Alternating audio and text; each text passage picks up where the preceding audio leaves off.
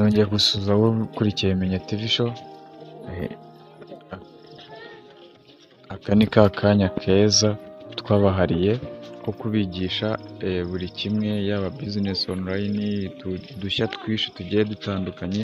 Uyu munsi rero nje kubereka uburyo wareba nimero zibaruye ku indangamuntu yawe, ukareba simukadi zibaruye ku ndangamuntu yawe, ukaba wavuga ngo iyi simukadi narayitaye ngiye kuyikorera swap, ukayibona bitakugoye. Icyo usabwa ni iki rero?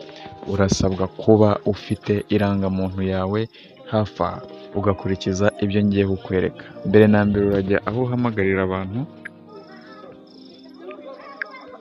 ukande akanyenyeri ijana na makumyabiri na gatanu, ukurikizeho urwego, ubundi ukande kuri simukadi uzi neza ko wabaruje kw'iyo ndangamuntu. Njye nabaruje kuri simukadi ya mbere, makande hano uhitamo ururimi wumva, ikinyarwanda cyangwa icyongereza. Njye numva ikinyarwanda, nemeze. Hano bakakubwira ngo kureba nimero zikwanditseho, kwandukuza nimero.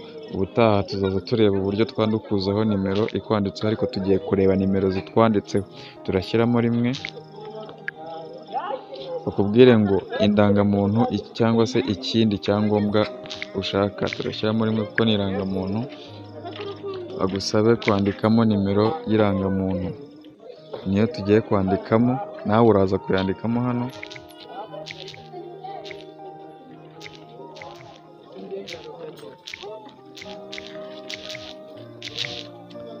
Ngira ngo uri kubibona ko bamaze kukwereka nimero cyangwa se simukadi zibaruye ku ndangamuntu yawe. Izo nizo simukadi zimbaruyeho.